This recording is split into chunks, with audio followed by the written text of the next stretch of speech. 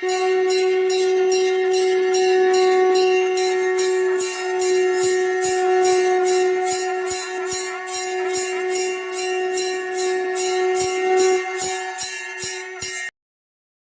बार देवताओं और दैत्यों में भयंकर युद्ध छिड़ गया। इस युद्ध में देवता विजयी हुए, जिससे उनके मन में अहंकार आ गया। अरे भागो भागो, देवता हमें मार देंगे, भागो अपनी जान बचाओ। सब असुर भाग गए, हमने युद्ध जीत लिया, विजय हमारी हुई है। असुरों को युद्ध में हराकर हमने उन्हें धूल चटवा दी।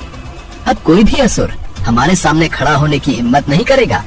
हमने उन्हें ऐसा सबक सिखाया है कि वो दोबारा हमसे युद्ध करने के लिए सोचेंगे भी नहीं। हम सब ने मिलकर युद्ध में उन्हें हरा दिया। हम बहुत शक्तिशाली हैं। ये तो वो जान ही चुके हैं। हम सबसे शक्तिशाली हैं। हमारे बराबर कोई शक्तिशाली नहीं। युद्ध के पश्चात सभी देवता स्वयं को श्रेष्ठ मानने लगे और खुद का ही बखान करने लगे। इससे ब्रह्मा जी चिंतित हो गए और वे देवी दुर्गा का आह्वान करते हैं। माँ दुर्गा ब्रह्मा जी के समक्ष प्रकट होती हैं। हे माँ दुर्गा, ये तो आप देख ही रही हैं कि युद्ध जीतने के पश्चात देवताओं में अहंकार आ गया है, परंतु वो ये नहीं जानते कि उन्होंने युद्ध आपकी कृपा से जीता है। हे देवी माँ, देवताओं को सही मार्ग पर अब आप ही ला सकती हैं। ब्रह्मदेव, आप निश्चिंत रहिए। मैं देवताओं के अहंकार को तोड़कर उन्हें सही मार्ग दिखाकर ही लौटूंगी। मुझे आज्ञा दीजिए ब्रह्मदेव। इसके पश्चात माँ दुर्गा ने एक तेज पुंज का रूप ले लिया और देवताओं के समक्ष प्रकट हुई। इतना विराट तेज पुंज देखकर देवता भी घबरा गए। अरे, ये तेज पुंज कैसा? इंद्रदेव, लगता है ये असुरों की कोई चाल है। वायुदेव, आप तीव्र गति से जाओ और तेज पुंज का रहस्य जानकर लौटो। जो आज्ञा इंद्रदेव, मैं अभी जाता हूँ। तेज पुंज का रहस्य जानने के लिए इंद्र ने वायुदेव को भेजा। अहंकार में चूर होकर वायुदेव तेज पुंज के समीप पहुँचे। इंद्रदेव, आप कदापि चिंता मत करो, मैं इस तेज पुंज को अभी समाप्त कर दूंगा। अच्छा, तुम इतने बलशाली हो कि मुझे समाप्त कर सकते हो। कौन हो तुम? मैं सृष्टि को प्राण देने वाला हूँ। मैं पवन देव हूँ। मैं अति बलवान हूँ। मेरे एक झोंके से तुम्हारा सर्वस्व समाप्त हो जाएगा। अच्छा, यदि तुम इतने बलशाली हो, इतने श्रेष्ठ हो, तो फिर तो बड़ी आसानी से ये एक छोटा सा तिनका तो उड़ा ही दोगे। तुम इस तिनके को उड़ा कर दिखाओ, मुझे तुम्हारी शक्ति ज्ञात हो जाएगी कि तुम सच में अति बलवान हो। ये मामूली सा तिनका, इसे तो मैं अपनी हल्की सी फूंक से ही उड़ा दूंगा। इसके लिए मुझे अपनी संपूर्ण शक्तियों और वेग की कोई आवश्यकता नहीं है। ये देखो, वो उड़ा तिनका। पवन देव अपनी फूंक से तिनका उड़ाने लगते हैं, पर तिनका वैसे का वैसा ही रहता है। क्या हुआ वायुदेव? आप तो कह रहे थे आप इस तिनके को एक फूंक से उड़ा देंगे, पर ये तो संभव ही नहीं हुआ। वैसे अभी आपके पास और शक्तियाँ बाकी हैं या आपने अभी हार मान ली है? तेज पुंज की बात सुनकर पवन देव ने उत्तेजना में भरकर अपनी समस्त शक्तियाँ लगाई। वायु के तेज वेग से आसपास की सभी वस्तुएं उड़ने लगी। पवन देव को लगा कि तिनका अब उड़ गया होगा, पर जैसे ही उन्होंने देखा, तिनका ज्यों का त्यों अपनी जगह पर था। वायुदेव हताश हो गए। तभी अग्निदेव वहाँ आ गए। वायुदेव, आप चिंता मत कीजिए। ये कार्य आप नहीं पूर्ण कर पाए तो क्या हो गया? आपका ये भाई इस कार्य को पूर्ण करेगा। अच्छा, तुम कौन हो जो इतने अभिमान के साथ ये बात कह रहे हो? मैं अग्निदेव हूँ। मैं अति शक्तिशाली हूँ। मेरे स्पर्श मात्र से ही सब कुछ जलकर भस्म हो सकता है। इसीलिए मैं किसी भी वस्तु को पल भर में जलाने में सक्षम हूँ। अच्छा, यदि आप इतने अधिक शक्तिशाली हैं, तो आप इस तिनके को अपनी अग्नि से जला सकते हो। ठीक है, तो ये असंभव कार्य आप संभव करके दिखाओ। वायुदेव तो इस तिनके को अपनी हवा से उड़ा भी नहीं पाए, आप ही अपनी शक्तियों से इसे जला दो। अभी लो, मैं तुम्हारी ये इच्छा भी पूर्ण कर देता हूँ। अग्निदेव ने बहुत कोशिश की। कुछ देर तक वो उस तिनके पर अपनी ज्वाला का प्रहार करते रहे, परंतु तिनके पर अग्नि का कोई असर नहीं हुआ। सभी देवता समझ गए कि ये तेजपुंज अवश्य ही कोई दैवीय शक्ति है। देवताओं का अभिमान चूर चूर हो गया। उन्होंने उस तेजपुंज की उपासना की। तब तेजपुंज से माता शक्ति का स्वरूप प्रकट हुआ। क्षमा करें हे शक्ति स्वरूपा, हे माँ भवानी, हम आपको पहचान नहीं पाए। क्षमा करें माँ दुर्गा, हम साक्षात शक्ति से ही युद्ध करने चले थे। क्षमा करें देवी माँ, हमें क्षमा करें। मैंने तो केवल आप सबका अहंकार समाप्त करने के लिए ही ये सब किया था। मेरी ही कृपा से आप सब देवताओं ने असुरों पर विजय प्राप्त की है। अहंकार मनुष्य का सर्वस्व नष्ट कर देता है। इस प्रकार झूठे अभिमान में आकर आप अपना पुण्य नष्ट मत करो। कभी भी अपने द्वारा किए गए कार्यों पर अहंकार नहीं करना चाहिए और न ही स्वयं का बखान करना चाहिए। इस प्रकार का चरित्र ज्ञानियों को शोभा नहीं देता। माँ, हमें अपनी भूल का एहसास है। हम आपको वचन देते हैं कि हम कभी भी जीवन में अहंकार को धारण नहीं करेंगे। आपका बहुत बहुत धन्यवाद माँ कि आपने हमें सही मार्ग दिखाया। इसके पश्चात सभी देवता मिलकर माँ दुर्गा की उपासना और पूजा करते हैं। देवताओं को अपना आशीर्वाद देकर माँ दुर्गा अंतर्ध्यान हो जाती है। तेजपुंज की बात सुनकर पवन देव ने उत्तेजना में भरकर अपनी समस्त शक्तियाँ लगाई। वायु के तेज वेग से आसपास की सभी वस्तुएं उड़ने लगी। पवन देव को लगा कि तिनका अब उड़ गया होगा, पर जैसे ही उन्होंने देखा तिनका ज्यों का त्यों अपनी जगह पर था। वायुदेव हताश हो गए। तभी अग्निदेव वहाँ आ गए। वायुदेव, आप चिंता मत कीजिए। ये कार्य आप नहीं पूर्ण कर पाए तो क्या हो गया, आपका ये भाई इस कार्य को पूर्ण करेगा। अच्छा, तुम कौन हो जो इतने अभिमान के साथ ये बात कह रहे हो? मैं अग्निदेव हूँ। मैं अति शक्तिशाली हूँ। मेरे स्पर्श मात्र से ही सब कुछ जलकर भस्म हो सकता है। इसीलिए मैं किसी भी वस्तु को पल भर में जलाने में सक्षम हूँ। अच्छा, यदि आप इतने अधिक शक्तिशाली हैं, तो आप इस तिनके को अपनी अग्नि से जला सकते हो। ठीक है, तो ये संभव कार्य आप संभव करके दिखाओ। वायुदेव तो इस तिनके को अपनी हवा से उड़ा नहीं पाए, आप ही अपनी शक्तियों से इसे जला दो। अभी लो, मैं तुम्हारी ये इच्छा भी पूर्ण कर देता हूँ। अग्निदेव ने बहुत कोशिश की। कुछ देर तक वो तिनके पर अपनी ज्वाला का प्रहार करते रहे, परंतु तिनके पर अग्नि का कोई असर नहीं हुआ।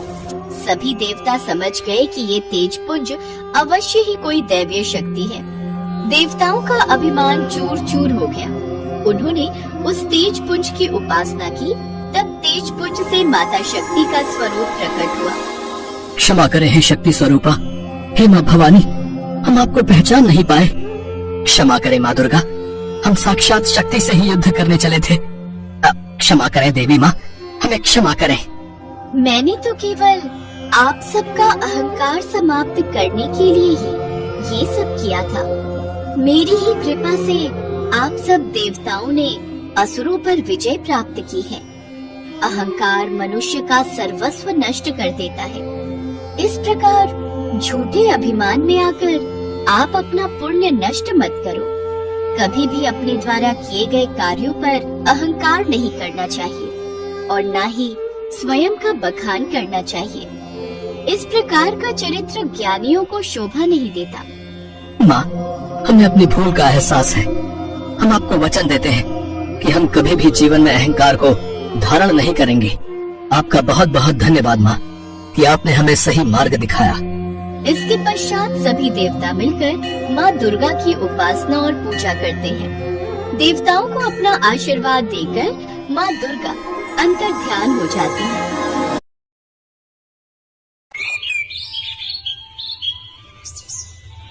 दुर्गा माता की जय। चलो पूजा संपन्न हुई। अब बताओ कैसी हो तुम दोनों? मैं ठीक हूँ चित्रा, तुम सुनाओ? मैं भी ठीक हूँ बहन। अरे जया, क्या हुआ? किस सोच में डूबी हुई हो? कुछ नहीं, बस मन में प्रार्थना कर रही हूँ कि आज तो कोई क्लाइंट आ जाए। बिजली का बिल भरना है, माँ की दवाइयाँ लानी है। बहुत जिम्मेदारियाँ हैं मुझ पर और काम धंधा चौपट हुआ पड़ा है। तुम फिक्र मत करो, दुर्गा माता सब ठीक करेंगी। जब मेरे पति की मौत हुई थी तब मुझे भी लगता था कि मैं कैसे सोनू और मोनू को अकेले पाल पाऊंगी। लेकिन मुझे माता रानी ने ही हिम्मत दी और देखो आज छोटा मोटा ढाबा चलाकर किसी तरह गुजारा हो ही जाता है। सही बात है, हम भी तो गरीबी की चक्की में पिस रहे थे, माँ की कृपा हुई और देखो आज मेरे पास सरकारी नौकरी है। ये कहानी माँ दुर्गा की इन 3 भक्तों की है, चित्रा, सुधा और जया। तीनों माता की बहुत बड़ी भक्त थी। कुछ भी हो जाए लेकिन तीनों माँ के मंदिर आना नहीं भूलती थी। माता रानी के मंदिर में ही इन तीनों की मुलाकात हुई और फिर दोस्ती भी हो गई। चित्रा एक छोटा सा ढाबा चलाती थी। वो बहुत ही बढ़िया खाना बनाती थी और अपना ढाबा चलाकर अपने परिवार का पेट पालती थी। सुधा की नौकरी जेल में थी। वो वहाँ पर प्रहरी का काम करती थी, जबकि जया ने वकालत की पढ़ाई की हुई थी, मगर उसके पास केस ही नहीं आते थे। यही कारण था कि उसकी माली हालत अच्छी नहीं थी।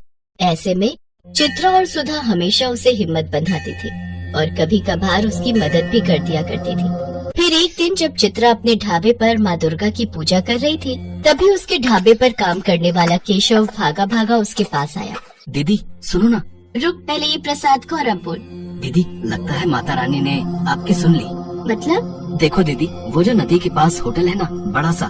कौन सा? वो रिवर व्यू होटल? हाँ दीदी वही। उन्हें अपने होटल के लिए एक बढ़िया सा शेफ चाहिए और उसके लिए वो एक प्रतियोगिता करा रहे हैं, जिसे जीतने वाले को वो अपने होटल में शेफ का काम देंगे और अच्छी पगार भी।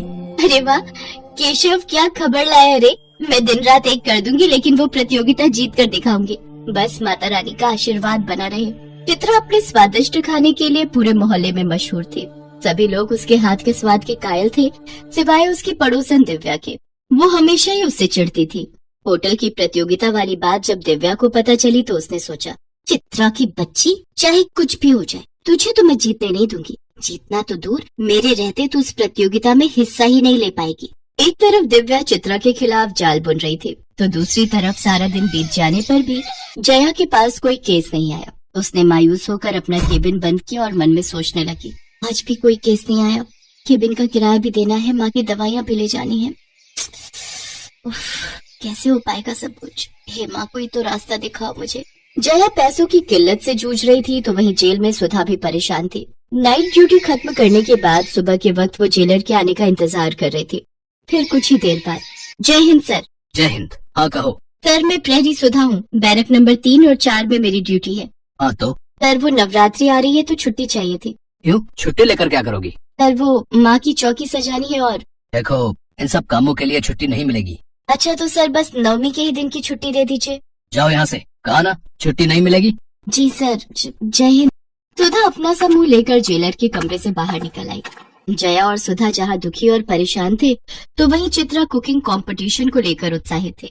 लेकिन वो नहीं जानती थी कि उस पर दुखों का पहाड़ टूटने वाला था। नवरात्रि के ठीक एक दिन पहले जब चित्रा पूजा पाठ के लिए अपने घर की सफाई कर रही थी, तभी उसके घर के सामने पुलिस की गाड़ी आकर रुकी। हाँ जी कहिए। तुम्हारा नाम चित्रा है? हाँ जी, पर हुआ क्या है? अरे हमें तुम्हारे घर की तलाशी लेनी है। इतना कहकर इंस्पेक्टर ने चित्रा को धक्का दिया और 2-3 पुलिस वाले चित्रा के घर में रखे सामान को उलट पलट कर देखने लगे। और फिर, ये नशीली दवाइयों की पेटी कहाँ से ली तुमने और कहाँ बेचती थी ये सब नशे का सामान? मैं इस बारे में कुछ नहीं जानती इंस्पेक्टर साहब। इस पेटी में क्या है और ये मेरे घर में कैसे आई, मुझे कुछ नहीं पता। मैं तो पूरी ईमानदारी से अपना छोटा सा ढाबा चलाती हूँ साहब। अच्छा तो ठीक है, फिर अब जेल में अपने जैसे कैदियों के लिए खाना बनाना। पुलिस चित्रा को पकड़ कर ले गई। उधर अपने घर के दरवाजे पर खड़ी चित्रा की पड़ोसन दिव्या मुस्कुराने लगी। असल में ये उसी की चाल थी। दिव्या का पति मेडिकल स्टोर पर काम करता था और चित्रा के घर में वो नशीली दवाइयों की पेटी दिव्या ने ही रखी थी, ताकि चित्रा प्रतियोगिता में हिस्सा न ले पाए। फिर उसी रात जेल में। चित्रा तुम यहाँ कैसे? क्या बताओ बहन, मेरी तो किस्मत ही फूट गई। चित्रा ने रोते रोते सुधा को सारी बात बता दी। चित्रा के साथ जो हुआ उसे सुनकर सुधा की आंख में भी आंसू आ गए। तब चित्रा ने कहा, सुधा मेरे बच्चों को केशव के घर छोड़ देना बहन, मेरे पीछे वो उनकी देखभाल करेगा। एक माँ को अपने बच्चों की कितनी फिक्र होती है ना, पर माता रानी पता नहीं मेरी परीक्षा क्यों ले रही है। क्या हुआ? हमारा जेलर बहुत खड़ूस है। मैंने उससे नवमी की छुट्टी मांगी तो उसने साफ मना कर दिया। कभी ऐसा नहीं हुआ कि अष्टमी या नवमी पर मैंने कन्या पूजन नहीं किया हो, लेकिन इस बार चिंता मत करो सुधा, देखना माता रानी सब ठीक करेंगी। माँ दुर्गा की ये तीनों भक्त बहुत परेशान थे और ये देखकर दुर्गा माँ को भी अच्छा नहीं लग रहा था। तभी उनके पास नारद मुनि प्रकट हुए। नारायण नारायण। प्रणाम माते। माते ये कैसी व्यथा है? आपकी तीनों भक्त परेशान हैं उन्हें आपकी कृपा की आवश्यकता है। आप चिंता न करें ऋषिवर, इनके दुखों का अंत निकट है और इसके लिए मुझे धरती लोक पर जाना होगा। जय हो, माता रानी की जय हो। नारायण नारायण। नवरात्रि के दिन चल रहे थे और माता रानी की तीनों भक्त अपनी अपनी समस्याओं से जूझ रही थीं। लेकिन तीनों में से किसी ने भी माँ दुर्गा पर अपना विश्वास नहीं खोया था। सुधा ने जेल में ही माता रानी की चौकी सजा ली थी और नवरात्रि के पूरे व्रत भी रख रही थी। फिर अष्टमी के दिन जब सुधा माता रानी की पूजा कर रही थी, तब अचानक माँ दुर्गा की मूर्ति से तेज प्रकाश निकलने लगा, जिसे देखते ही सुधा की आंखें बंद हो गई और फिर आंखें खोलो पुत्री। माँ आप साक्षात माँ दुर्गा मेरे सामने। मैं तो धन्य हो गई माँ। तुम्हें तुम्हारे काम से अवकाश नहीं मिला तो क्या हुआ, देखो मैं स्वयं तुम्हारे पास आ गई। सुधा की आंखों में खुशी के आंसू थे। उसने माँ की आरती की और उनके चरण स्पर्श किए और फिर, पुत्री मुझे तुम्हारी सहायता की आवश्यकता है। मेरी सहायता की? मैं एक तुच्छ प्राणी क्या कर सकती हूँ आपके लिए? चित्रा को यहाँ से बाहर निकालना होगा। मैं उसका रूप लेकर यहाँ रहूंगी और तुम्हें उसे इस कारागार से बाहर निकालना होगा ताकि वो कल होने वाली प्रतियोगिता में हिस्सा ले सके और अपना स्वप्न पूर्ण कर सके। जो आज्ञा माँ। माँ दुर्गा अपने साक्षात रूप में सुधा के साथ चित्रा के पास पहुँची, जहाँ चित्रा दीवार पर माँ की तस्वीर बनाकर उसकी पूजा कर रही थी। तभी सुधा ने चित्रा को पुकारा, चित्रा चित्रा देख जरा हमसे कौन आया है मिलने। साक्षात माता रानी। क्या ये सच है क्या? क्या मैं कोई सपना देख रही हूँ? मैं तो धन्य हो गई माँ, आपके साक्षात दर्शन पाकर। अब मुझे जीवन में कुछ नहीं चाहिए, कुछ नहीं चाहिए। नहीं पुत्री, अभी तो तुम्हें बहुत कुछ करना है। अब मैं तुम्हारे लिए उस प्रतियोगिता में भोजन तो नहीं बना सकती, क्योंकि वो बाकी प्रतिभागियों के साथ सही नहीं होगा। भोजन तो तुम्हें स्वयं ही बनाना होगा, किंतु तुम्हारे स्थान पर यहाँ जरूर रह सकती हूँ, वो भी तुम्हारे ही रूप में। नहीं माँ, भाड़ में गई ऐसी प्रतियोगिता जिसके लिए आपको यहाँ जेल में रहना पड़े। तुम भी तो एक माँ हो ना, और अपने बच्चों के लिए कितने कष्ट सहती हो। तो मैं भी तुम्हारी माँ ही हूँ। चिंता मत करो, कल से ये जया कोर्ट में तुम्हारा केस लड़ेगी। मैं खुद उससे मिलकर आई हूँ, वो तुम्हें अवश्य ही निर्दोष साबित करेगी। इसके बाद दुर्गा माँ ने चित्रा का रूप लिया और उसकी जगह जेल में बैठ गई। फिर चित्रा और सुधा ने उन्हें प्रणाम किया और सुधा ने चुपके से चित्रा को जेल से बाहर निकाल दिया। अगले दिन चित्रा ने प्रतियोगिता में अपने बच्चों के लिए और जया ने कोर्ट में चित्रा के लिए पूरी ताकत लगा दी। चित्रा ने अपने हुनर से प्रतियोगिता जीत ली, तो वहीं जया ने भी चित्रा को कोर्ट से जमानत दिलवा दी। फिर उसी शाम तीनों एक साथ मंदिर पहुँचे, जहाँ कोई नहीं था। उन्होंने माँ दुर्गा को प्रणाम किया और माँ ने अपने साक्षात रूप में फिर से तीनों को दर्शन दिए। माता रानी की जय हो। पता है माँ, आपकी कृपा से चित्रा का केस जीतते ही मेरे पास ढेरों लोग आने लगे हैं। अब मेरे पास कोई कमी नहीं रही। मेरी बच्चियों, तुम सबके दुख भरे दिन दूर हुए। अब ऐसे ही हंसी खुशी से जीवन बिताओ और एक दूसरे की मदद करते रहो। दुर्गा मैया की जय, दुर्गा मैया की जय, दुर्गा मैया की जय।